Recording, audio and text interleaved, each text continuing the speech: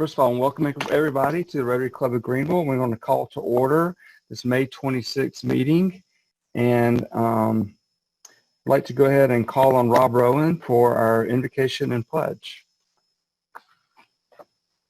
Everybody, hello. We're in a time of international mourning. There's 100,000 dead in the United States. There's close to 400,000 in the world. Rotary is an international organization, as we well know. And so we're not about just our country, but we are about the world. Many people in other places don't have the ability to live their lives with social distancing. People live in packed slums, sharing the air, water, and waste. Many countries like Nepal, where I am working and feeding 600 people, have zero safety net. When work stops, people use the money they have to feed their families and then when they run out, they're starving. There's nobody there to help them out unless it's an NGO. We in this world, in this country, we're marching for our rights. Small businesses will fail. There will be people with desperation here too. I will admit that that's part of it. But we also have the ability, like a handful of countries, to weather this storm. It is for us to realize that we need to take time and focus on the world too. We need to focus our prayers and our love and understand the suffering that is happening all around. Locally, it could be something like we thank somebody working in a grocery store, or we thank a medical professional person or a first responder of some sort, and make sure if we get a chance to do something for them, that too could help. But I will ask you, if you can give a donation and find an organization that you trust, give them something. Make sure your gift makes a difference. And let us all be the leaders and not the followers. And let us all embrace that the world needs us now to step up. Thank you, Rob. This is yesterday was Memorial Day, and we owe so much to our veterans, people, the military, people who served and have defended our country and our all of our rights, the freedoms that we all enjoy in our democracy. It's also really graduation time. I know Greenville High School, Greenville County Schools are starting their graduations this week. And so it's a very difficult time for our graduates. My son was supposed to have his college graduation 2 weeks ago, and they're doing a virtual event this Friday.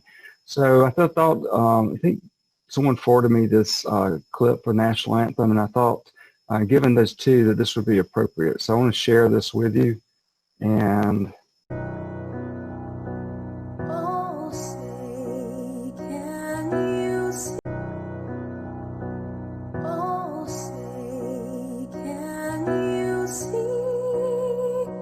By the dawn's early light, was so proudly we hailed, and the twilight's last gleam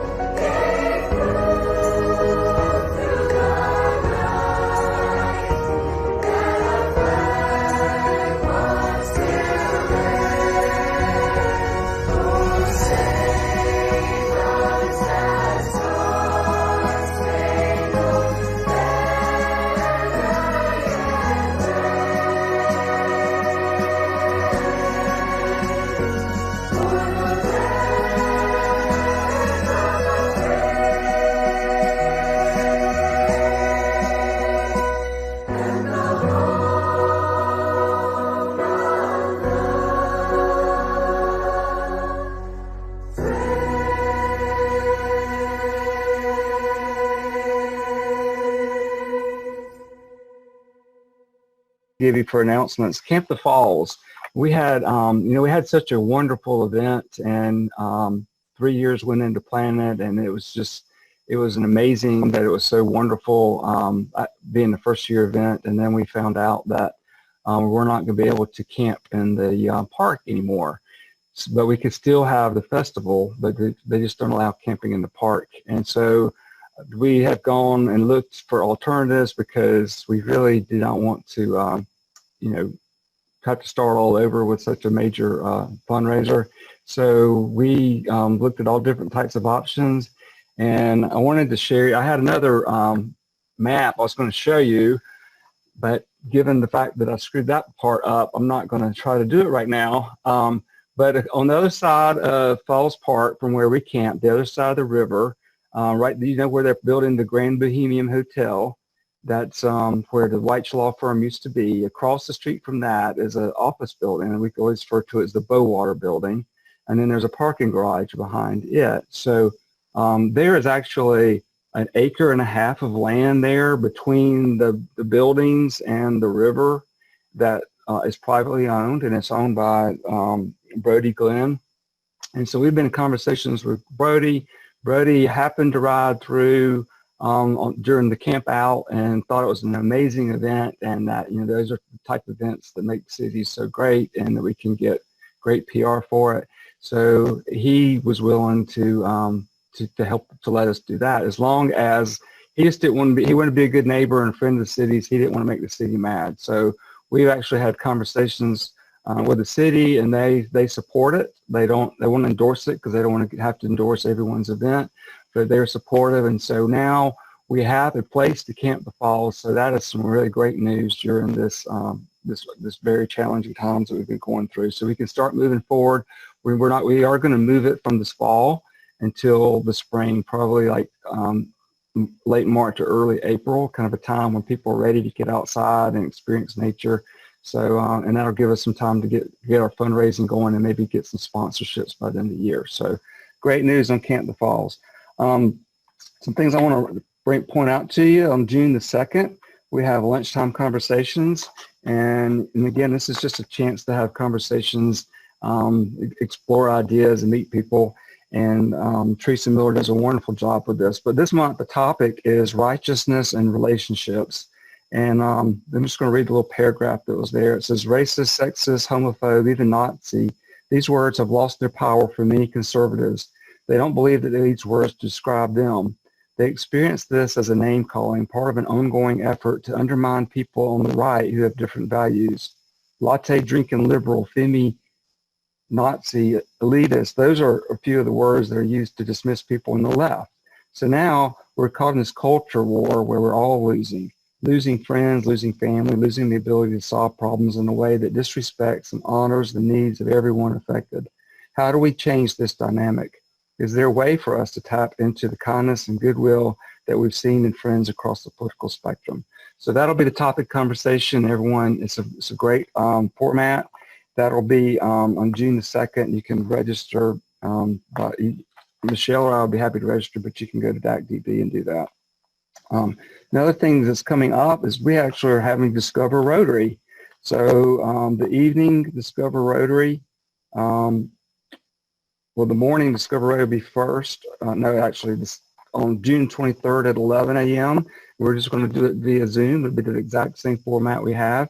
The evening one will be June the 16th at 5:30. And, we are having some challenging economic times, but Rotary was formed on networking. It's a great group of people to meet, and so this would be a good time to invite a friend.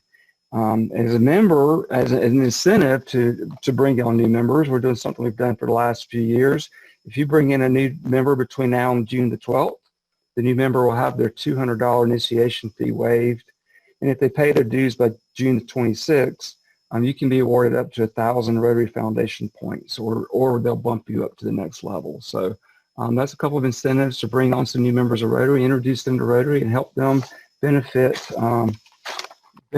during this crazy time. That's actually how I joined. John Redmond suggested, I said, John, he's a good friend of mine, and it's like, what do I do? I'm worried about my business. This is a very challenging time. He says, you need to join Rotary. So that's how I joined Rotary. And so I think it would be beneficial for many other people as well. So June the 9th, we'll have a regular meeting right now scheduled for Zoom. We are going to be in conversations with, I left Fabian a message to find out what the plans are at the Westin Poinsett. See, you know, I think I have a feeling it's going to be a little while before a large group can meet, but our things change daily, and I don't know what the hotel's plans are. So I've got a message into Fabian to talk to him.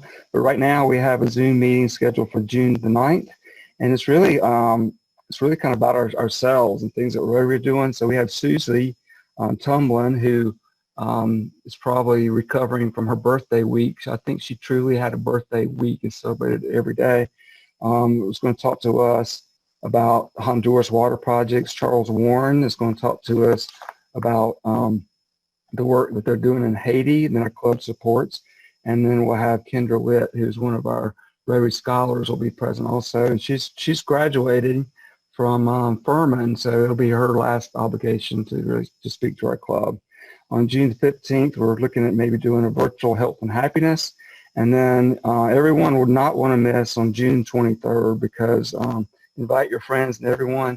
We have Dr. Linda Bell, who is the epidemiologist for the state of South Carolina. So she's going to be talking to us about this great, give us a lot of insight of where we go from here, you know, what's working, what's not working, what should be done, how do we plan for the future. So that is a great one, and I know y'all are impressed that someone from Bowling Springs actually said epidemiologist. So anyway, good for that. Next on our announcements is new member introductions, and so today I want to introduce Eric Jones. I don't think we have his picture, but he should be joining us. Eric moved to Greenville in September. He and his wife are from Atlanta, and they've lived in Dallas and then most recently in LA. And his wife's best friend has always lived in Greenville, and they enjoyed visiting and decided that they wanted to be closer to home. And so they have moved here. He is a home inspector with Advantage Inspector. So all you real estate people out there, if you need a home inspector, keep Eric in mind. He and his wife live in Simpsonville.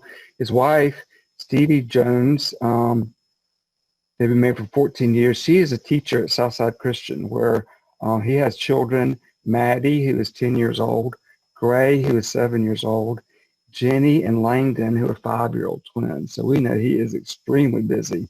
When he is not at work, his hobbies include camping, hiking, and fishing.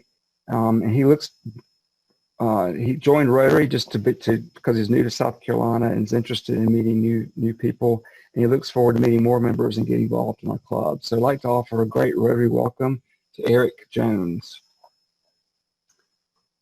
We have a little Jones theme going today, right? We got Erin Jones, Eric Jones. It's great. So next, I would like to call on Reed Howell, who is our Service Above Self Scholar. And my notes that Judy sent, I don't see. But Reed is, if I can find Reed. Reed is I think he's a rising junior at Clemson University who's majoring in mechanical engineering. He is, has a perfect 4.0 is what Judy told me, and is an exceptional student who also just follows the mantra of service above self. So we want to call on Reed and let Reed give us a snapshot of where he is in his educational and service career. Can you guys hear me? Can. All right, I have a little bit of a visual aid, so hopefully this works.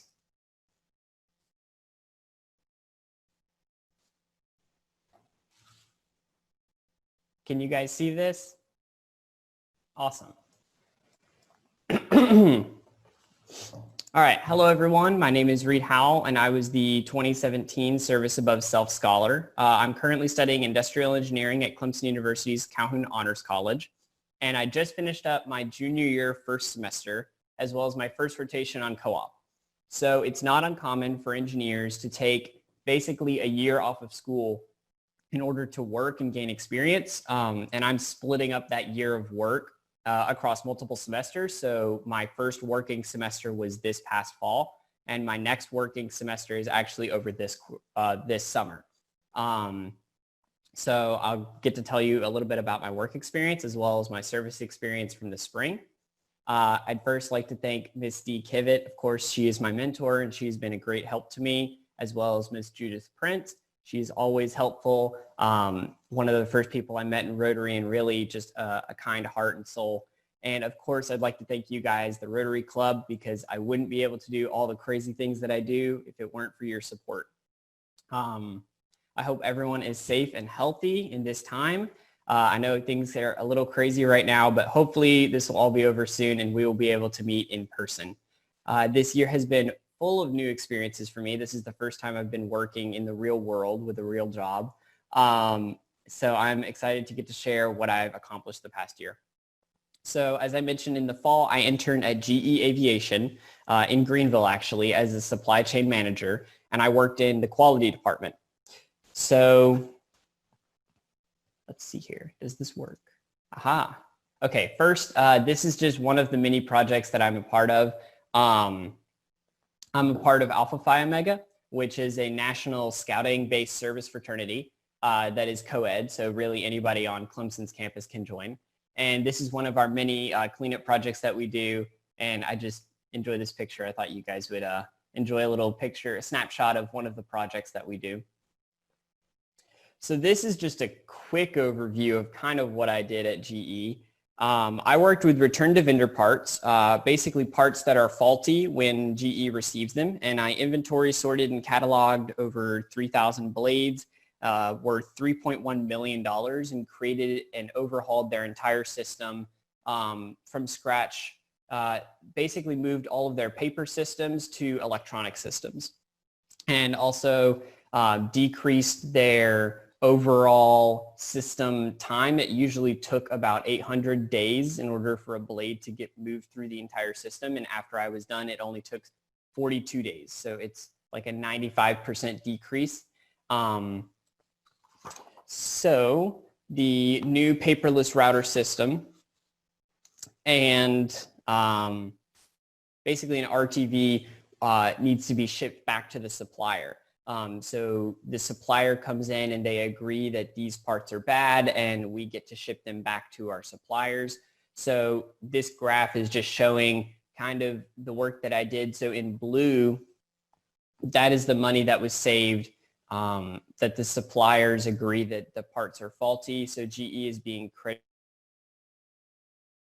You get double if it's a faulty part. So GE is being credited about $1.8 million the Greenville site due to the work that I was able to do in the fall. So I'm very proud of that, and I'm looking forward to getting to work with GE again in the future. Like I mentioned, I'll be working with them this summer.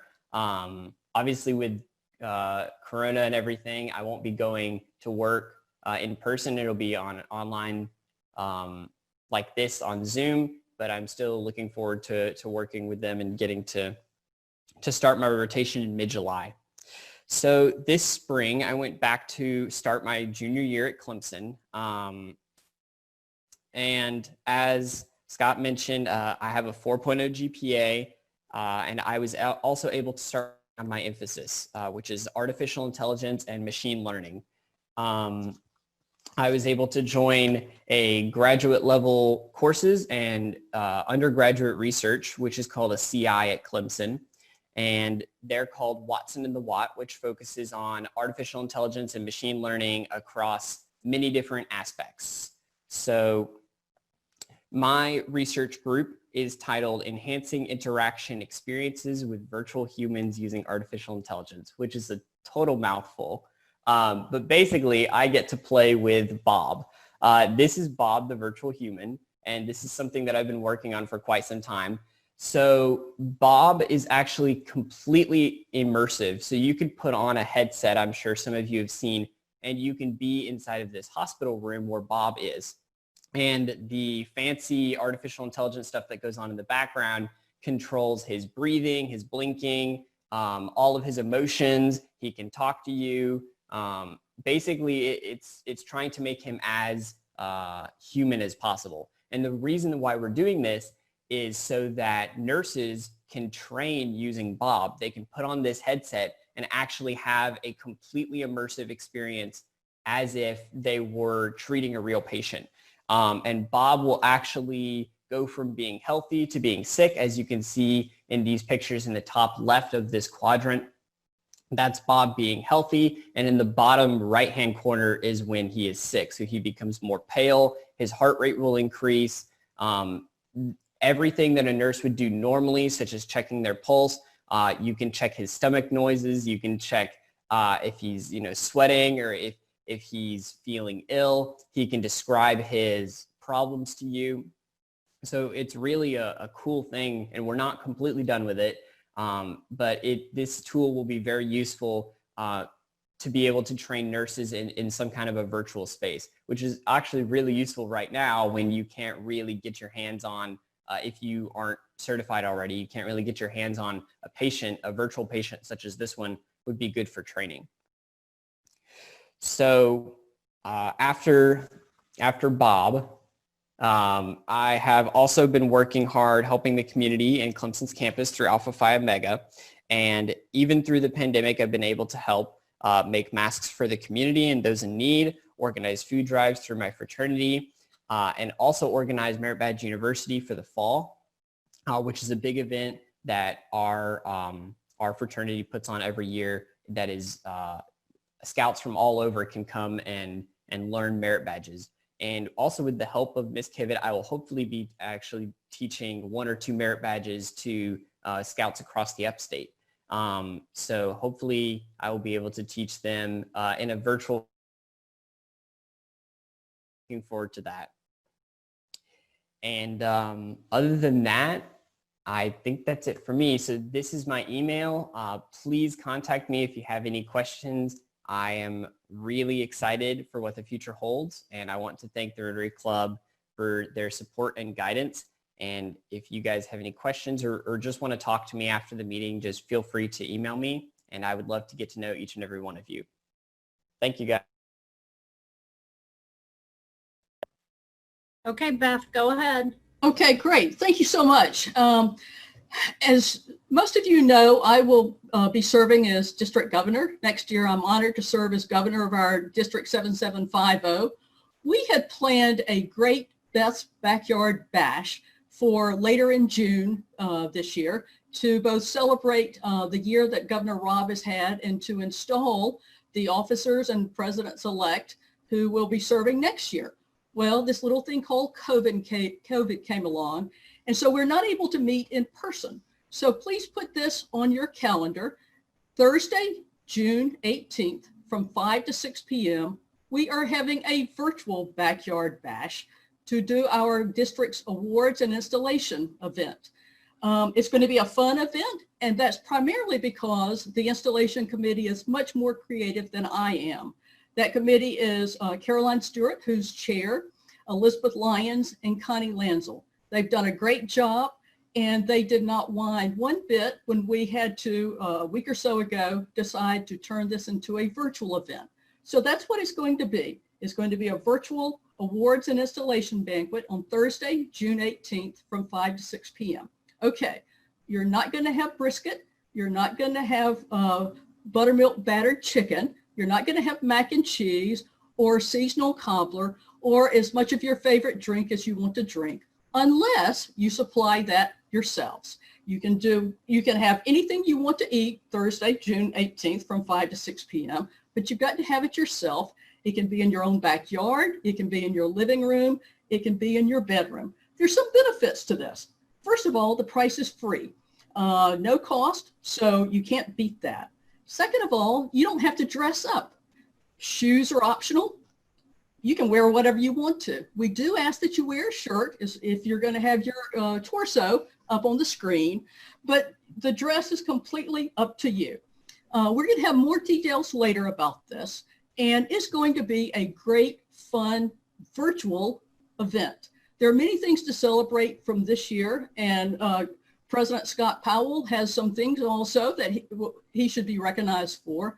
And the class that we will be installing later in June is going to face a number of Rotary challenges, but I am absolutely convinced that they are up to it and that your President-elect Jane Dyer is up to it. So I'm going to ask you to be supportive of this event. It's going to be a once-in-a-lifetime thing, virtual installation and awards banquet, but it is going to be a great event. You'll have more details later. And I also want to thank Terry Weaver and Michelle Patterson, who have been voluntold that they will help with this event, and they've gladly agreed to do that. So Thursday, June 18th, 5 to 6 p.m., a virtual Beth's Backyard Bash in which we will install new officers and new presidents-elect and recognize the successes of this current Rotary year. So thank you very much. I look forward to seeing you all soon on other Zoom events, but especially on this one. Thank you. Okay. Hey, everybody. We're fortunate to have Erin Rodman-Jones join us. Erin is the Executive Director of Museum and Gallery at Bob Jones University. She received a Bachelor of Science degree in Speech Education and a Master's of Arts degree in Dramatic Production, both from Bob Jones University. She has lectured widely before business, academic, civic, student audiences, both in the U.S. and abroad, and has taught both speech and drama courses at the university level. She was selected in 2008 as a Liberty Fellow, a statewide initiative focused on grooming emerging leaders in South Carolina. She has participated in community and advisory boards, including the Greenville Convention and Visitors Bureau, which is now the Visit Greenville, South Carolina, Bon Secours St. Francis Hospital Foundation, City of Greenville, and the Heritage Green Directors Group. She is married to Dr. Stephen Jones, former president of Bob Jones University, and he's who has battled with Lyme disease for 10 years now, so let's say a prayer for him. They have 3 children in college and high school. In addition to being a wife and mother, she enjoys acting as well as studying art history. And I'm happy to know her. I've copied masterworks in her museum, and it's helped my occupation immensely. So, Erin. All right, well, thank you for letting me be here with you via Zoom. These are certainly interesting days, and hopefully I can get my PowerPoint to work. There we go. Very exciting days. So this whole participation in Zoom is new to me, so I guess we're all bearing with it together. Now today, as I share, I don't know what it is that you know or don't know. And so if I'm repeating knowledge that you already have, then just chalk that up for confirmation, right? Or reassurance. So we have about 25 minutes to cover roughly 45 centuries of the past, plus M&G's current endeavors and future plans. So I think if you listen fast, I think we can do it. So everything begins really with the collection, which finds its roots in the Victorian era. So this man is John Ruskin, and he was the leading English art critic in the Victorian era, also an art patron, a draftsman. He was an artist himself, but a great philanthropist and prominent social thinker. And he had very strong opinions about Renaissance art and Baroque art, and they were so strong and so well respected that they influenced several generations of collectors. And his feelings about Baroque art can really be summed up with this quotation about one specific painter. He says, "It's partly despicable, partly disgusting, and partly ridiculous." And so this strong opinion controlled the public's view and the collection of art, not only in the UK and Europe, but all the way over to the US too, until around a half a dozen American collectors started collecting this disgusting, cheap stuff that was glutting the art market, including M&G's founder, Dr. Bob Jones Jr., who is a remarkable individual, a preacher, a poet, a Shakespearean actor, an art connoisseur. So Ruskin's strong opinion really made it possible for the U.S. then to grow a few important collections, including M&G's collection, which is best known internationally for its Baroque art. And then as Baroque art's popularity increased, then of course its value. So beginning a collection like what M&G has today would be cost prohibitive. So that is Providence, which demands our stewardship and taking care of what we've been entrusted with. So with 20 to 40 paintings on display, Dr. Bob Jr. opened the galleries on Thanksgiving Day in 1951. And it was the first permanent art museum to open in Greenville. So it has a focus, just as every collection needs to have some sort of limit, and it focuses on religious art, and that is because at the time collecting started, Dr. Bob wanted to focus on the university's strengths, which were the School of Religion and the School of Fine Art. So because of that, then, it lent itself very easily to collecting old master paintings in particular. Then you fast forward multiple years, in 1996, the museum and gallery became a separate, independent entity from Bob Jones University. And today, the collection has become one of the largest collections of European old master paintings in the country. So this is our primary focus, those European old master paintings. And so it covers then a great breadth of time from the 1300s to the early 1800s. And so it gives a great breadth of time, but also depth of time. So we have the big names such as Peter Paul Rubens, plus some of his students, Anthony van Dyck, who's also a big name, Jan Bockhorst, or we have a student of Leonardo da Vinci named Marco Doggiano, the great Venetian Renaissance master Il Tintoretto, and his daughter is represented. She was a student in his studio. But we're more than paintings. We have a collection of over 1,000 antiquities that cover the Mesopotamian areas. So that would be largely Egyptian, Roman, and Hebrew cultures. The oldest object is from 3200 BC Egypt. We have Roman coins, like a Roman glass tear bottles. We have Hebrew cultures represented with a baby rattle from 1300 BC, or maybe you want to see a slingshot stone in person. All right, that comes from 700 BC. There's a rare collection of more than 50 Russian and Greek icons, and a number of them were once owned by Romanov family members, and several icons have a direct lineage to the 3 last Russian czars, plus a respected collection of furniture, textiles, decorative arts, like a 1.5-ton Italian mantle, cloister columns from the 1100s, the same time period when Notre Dame Cathedral was being constructed. All of these things make up a very wonderful collection. So let's look at a few specific works, all right? That way you actually can remember a visual. So first, let's start with the Renaissance. John Ruskin would have liked this painting. All right, so this is painted by Francesco Granacci, and he was a close friend with Michelangelo, one of the 3 big names of the Renaissance. And so you see the influence of Michelangelo and the kind of sculptural quality as you look at this painting, those really thick, chunky sumo wrestler babies. That's what you kind of see there. They could be carved out of marble, easy. But you also see other Renaissance features too. So in that background, you see those blue mountains. All right, there we go. So Leonardo da Vinci, he is the one who first saw this atmospheric perspective. Things at a distance look bluish and gray. So this Renaissance artist is borrowing that. And 2, you see another Renaissance feature, and that is using math, symmetry, to help there be balance and help you know what to look at. And that is a triangle. Geometry is used here in order to help you focus by just following the arms and sight line of those 3 members right there.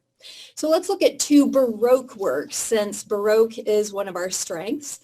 All right, and this first one is an Italian artist. His name is Mattia Preti. And he left his hometown at 17 to go to Rome, where all artists studied.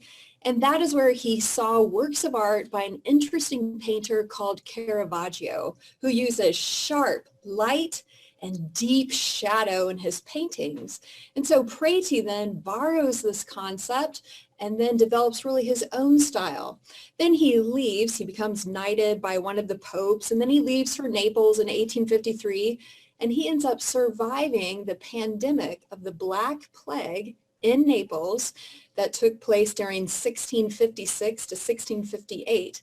And it killed more than half the population there. But interestingly, he survives, and really because so many of the Neapolitan artists passed away during that pandemic, and because of his great skill that you can see in this painting, he then rises to become the artistic leader of Naples after in the years following, in the recovery years.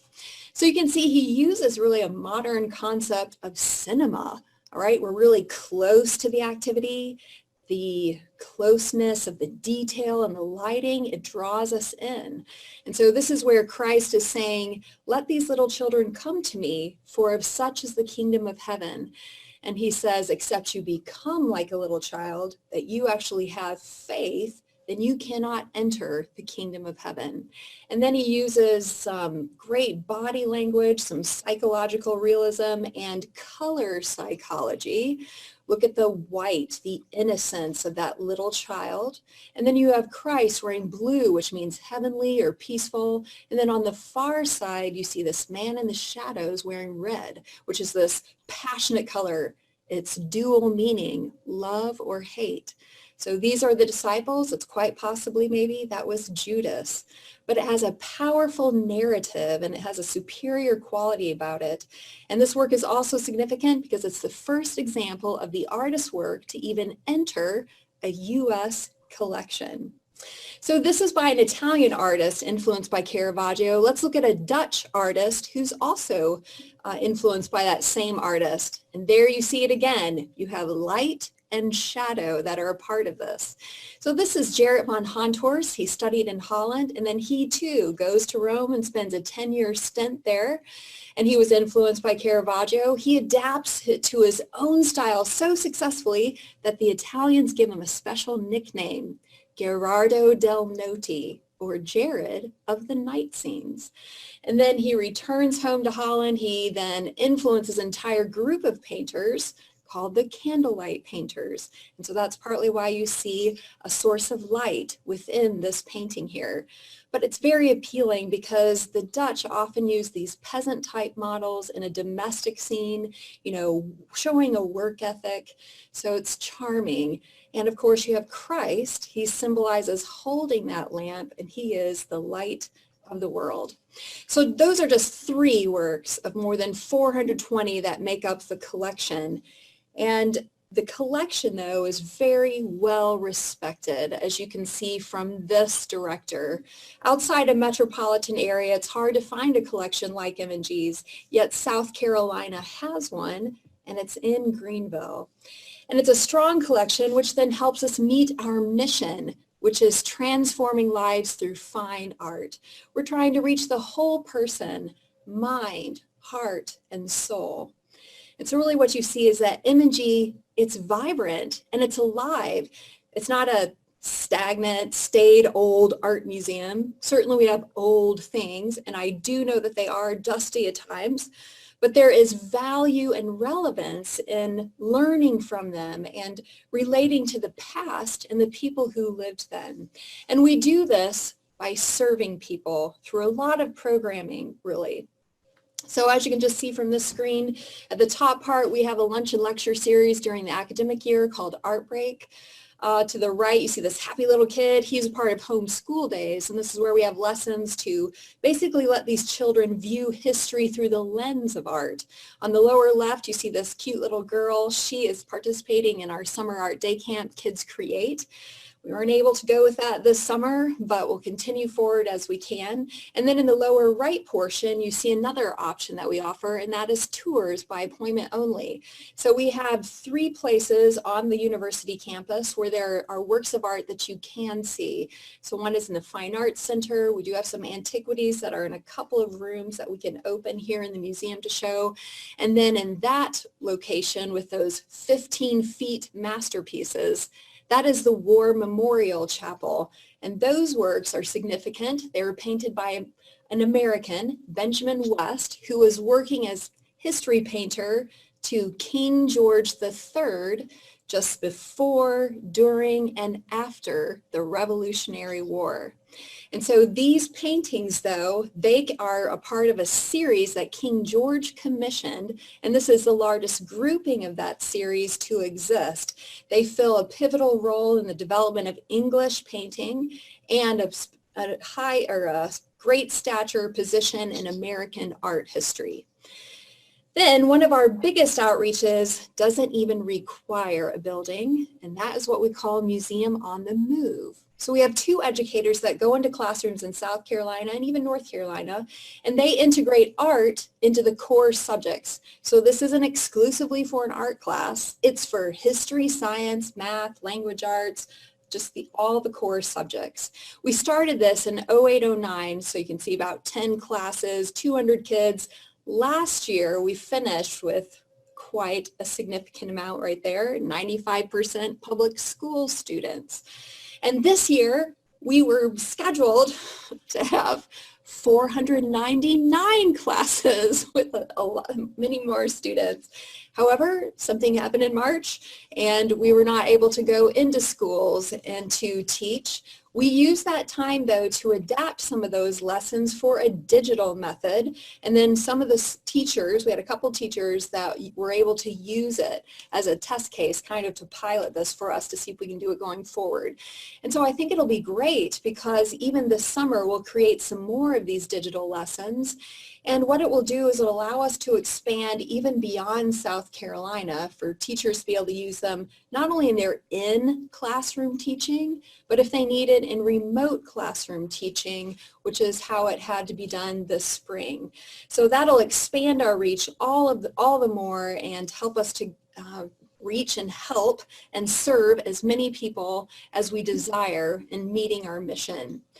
And then, of course, we serve you through our website, all right? So our website is not on the university's website. This is a separate, our own website is bjumg.org.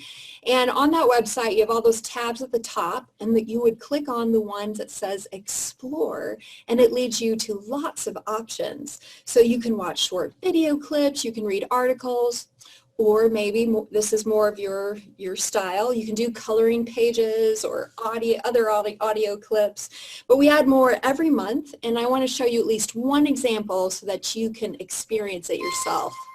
This pair of terracotta busts was produced by Girolamo della Robbia. Luca della Robbia, Girolamo's father, was a prominent sculptor in Italy. In 1430, Luca perfected a technique of glazing that ensured his family's artistic legacy. The enduring beauty of the Della Robbia glaze is evident in these sculptures of a French nobleman and lady at the court of Henry II and Catherine de' Medici. The busts may even represent the king and queen themselves. Henry II's marriage to Lorenzo de' Medici's daughter created a political alliance between France and Italy. This alliance drew Florentine artists to the Parisian court. Girolamo was one such artist, and he created these works while serving as sculptor to the French king.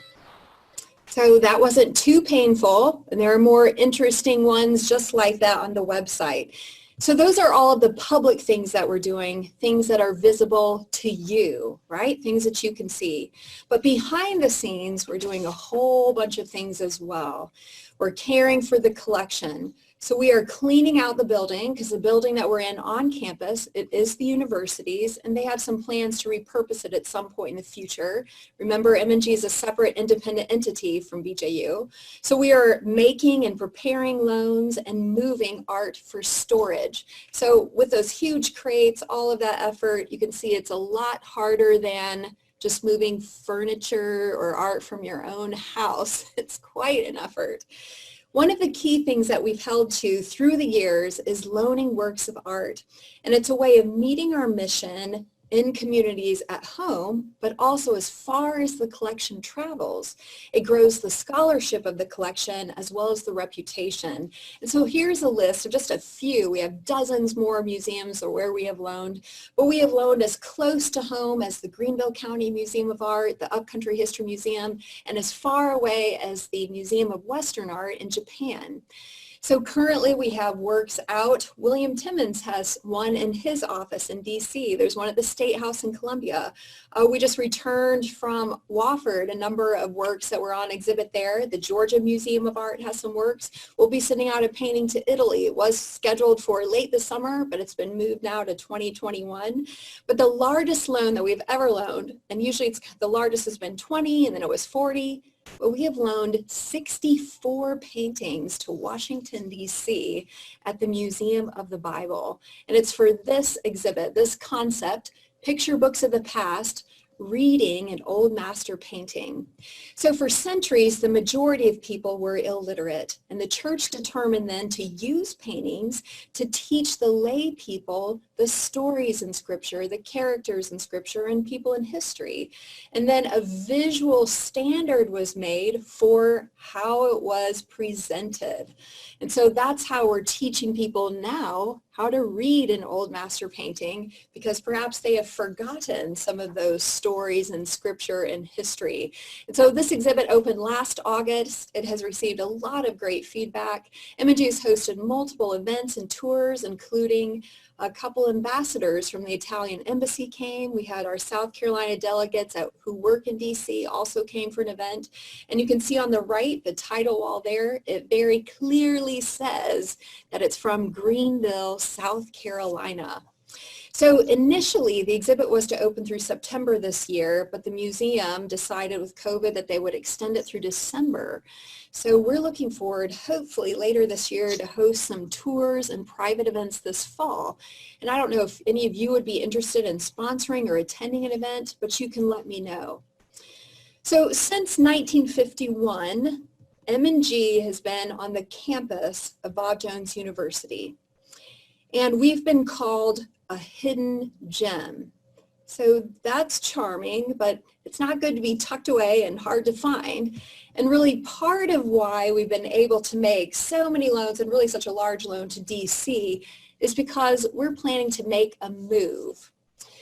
In 2017, we closed both of our locations. All right, we had a satellite location, the old Coke building at Heritage Green, and then we closed the building on campus too. And that's because we just need to come back and refocus, because this building on campus is showing its age. So we thought we'd probably just renovate it. But in 2018, M&G's board decided to run with a feasibility study and seek feedback. So we floated the idea of moving off campus. And the feedback was overwhelming. The community loves the collection. They want it in Greenville, and they specifically want it in walkable downtown. There was a willingness expressed to raise around $20 million, and even some property came out of this feasibility discussion. So 2 developers have suggested that M&G could be a part of a greater project. And that project would be an event center in downtown Greenville. And there would be an area for the Greenville County Museum of Art to have a satellite location, and then a space for M&G to bring the entire collection to that location. And it would be in walkable downtown on the last undeveloped piece of land in the business district on the Reedy River. So for your bearings, you can see Academy Street, Falls Park Drive, River Street, and where that star is represents where the building would be. So you also can see the Reedy River, the Main Street area, and even where the Peace Center is, just to give you a sense of location. So the building design, it responds to the water. The museums, we need car line, drop-off opportunities to serve people, that would be accounted for, and even parking is a part of the plan within those 2 yellow-shaped areas. So let me show you a conceptual rendering of that building across the street from the Embassy Suites on the left. And this is It can be seen from Main Street, right there, even from the corner of Main and Broad. So it is eye-catching design, and it draws people to the building. And here's an elevation then to let you see how it sits on that property. And M&G, okay, it's a safe distance away from that water, since old masters don't do well with water. So all of these things, all right, you have probably seen or heard about in the news. So let me show you then something maybe you haven't seen. I wouldn't call this a very pretty picture, but at least it's helpful. And this is a cross-section of the building. So the color key, everything in blue is for the event center. That orange area would be for the Greenville County Museum. The yellow portion is a shared atrium lobby. The pink would be residential. And everything red would be the museum and gallery. So our current building on campus is about 35,000 square feet. So that includes everything, back of house and gallery spaces. Downtown, it would be about 60,000 square feet. So we still then would have the room for galleries, exhibition area.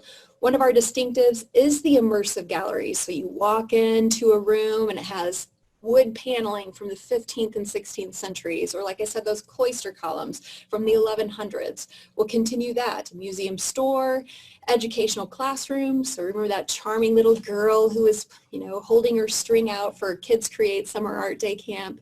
We have held Kids Create and things like that in the building, kids with scissors and glue right next to these old paintings, and we need to move away from that.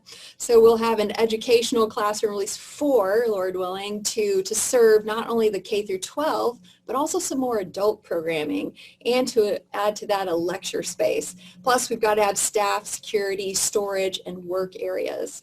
So right now we've done a couple of reviews for the programming of the space with the architects, and we're still continuing to work that forward. So what this means, yes, M&G is going to need to raise money, and the plan is a comprehensive campaign, which we are calling Beauty Matters. And this campaign covers 2 points, all right?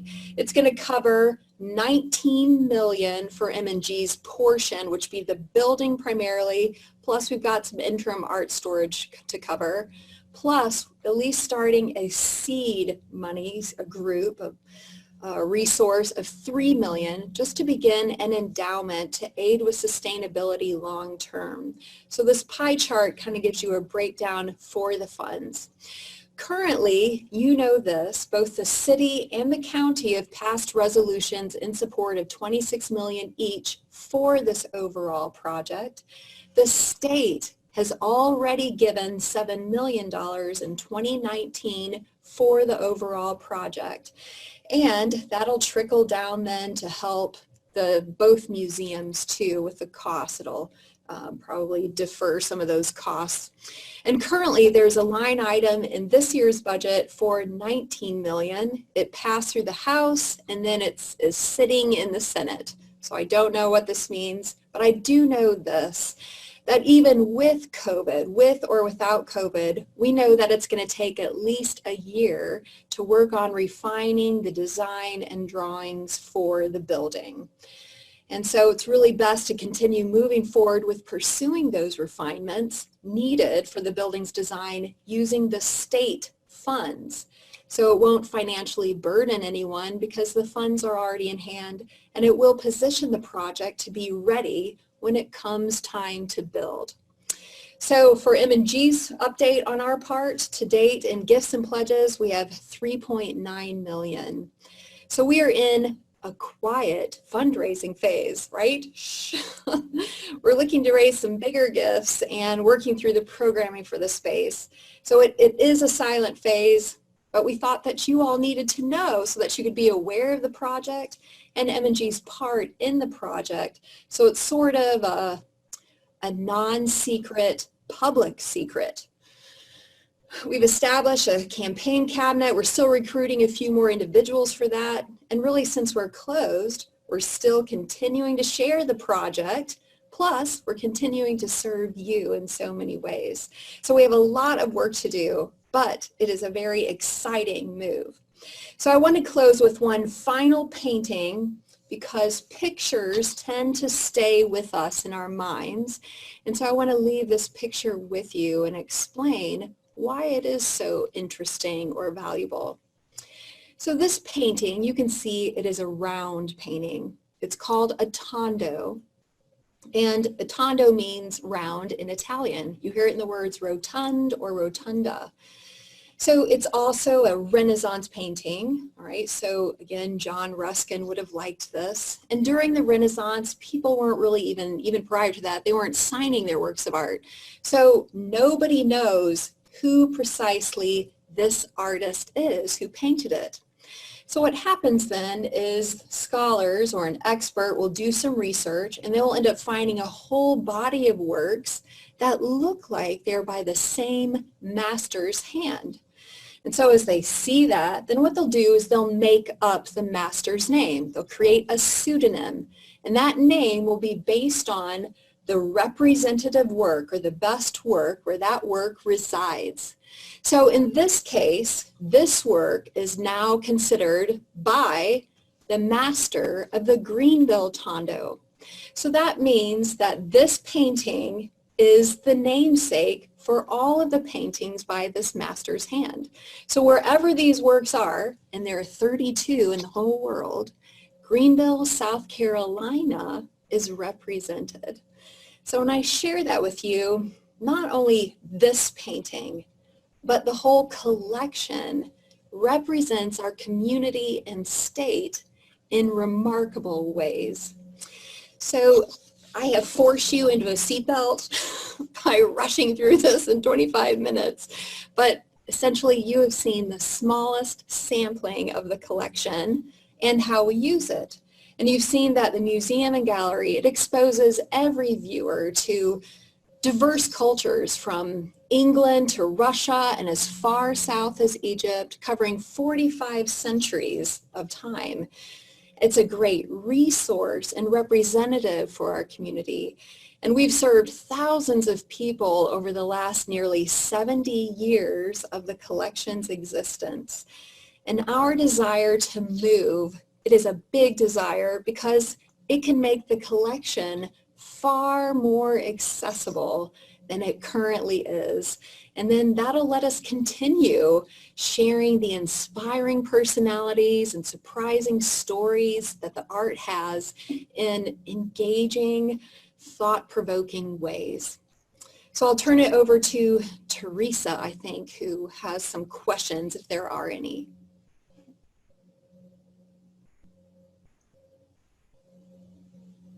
Hey, Erin, thank you so much for sharing your passion and your knowledge. I had no idea how fortunate we are to have such treasures right here in Greenville. So I'm thankful for all of that, and you just did an excellent job. If there's anybody that has any questions, you can put it in the chat box. For now, I just have one question from Connie Lansel. She wants to know, what is the jewel box on the elevation drawing? Sure, so that elevation drawing, it has a beautiful, the jewel box is a big glass room.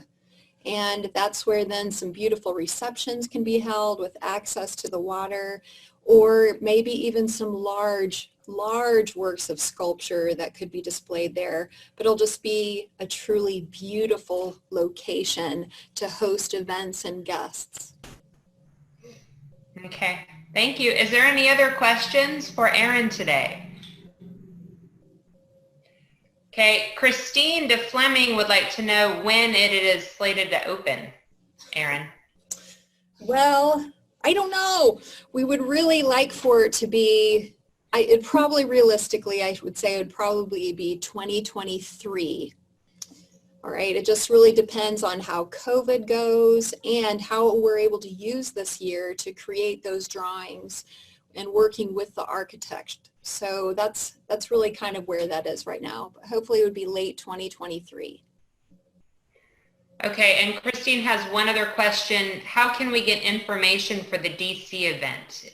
if people here would be interested in going? Sure. So, so those are more private events, but if you are interested, then I'd say you can email me directly, real easy, ejones@bju.edu, or you can go to our website and there's a contact email there as well as a kind of a contact form. And you can click on that. It's pretty much on every page of our website. Our website is bjumg.org, which you see on the screen, and you can insert it there. So that way, if you forget me and my email, you've at least got our website to go to. Erin, is there a way to be put on a mailing list to know about upcoming events that people could participate in with the collection? Yeah, absolutely. In fact, that too is on our website. If you would like to join our mailing list, again, there's a contact form there that you can fill out as well. And that too is pretty much on nearly every page of the website. Okay. Any more questions for Erin today? Okay. Thank you so much, Erin. You did a fantastic job. Can't wait for all this to be finished. Thank you. It's a pleasure to be here. Thank you, Erin. I just asked that you, thank you. And now we will hear from Scott again.